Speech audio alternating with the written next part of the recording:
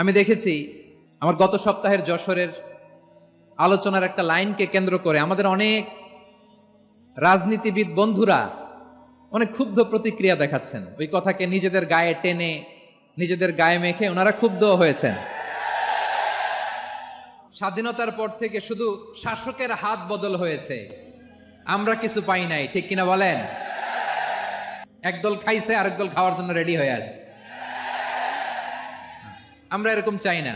প্রিয় ভাইয়েরা, আমি বলেছিলাম যে একদল খেয়ে গিয়েছে, আরেক দল খাওয়ার জন্য রেডি হয়ে আছে। তো এখানে কি আমি কোনো দলের নাম বলেছি? বাংলাদেশে 48টা প্রায় নিবন্ধিত রাজনৈতিক দল, কোনো দলের নাম আমি বলিনি। কথাটাকে আমি জেনারেল রেখেছি। দায়ীদের বৈশিষ্ট্যই এটা, দায়ীরা জেনারেলি কথা বলে, যার যেই মেসেজ নেয়ার তারা সেখান থেকে নিয়ে নেয়।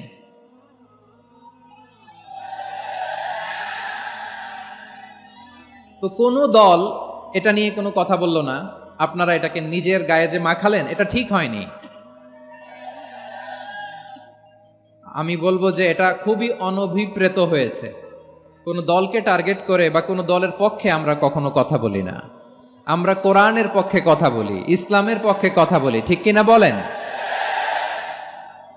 সো একটা জেনারেল কথাকে যদি আমার রাজনীতিবিদ বন্ধুরা নিজেদের গায়ে মাখেন, ক্ষুব্ধ প্রতিক্রিয়া জানান, এতে করে সাধারণ জনগণের কাছে একটা নেগেটিভ মেসেজ যাবে ওনাদের ব্যাপারে।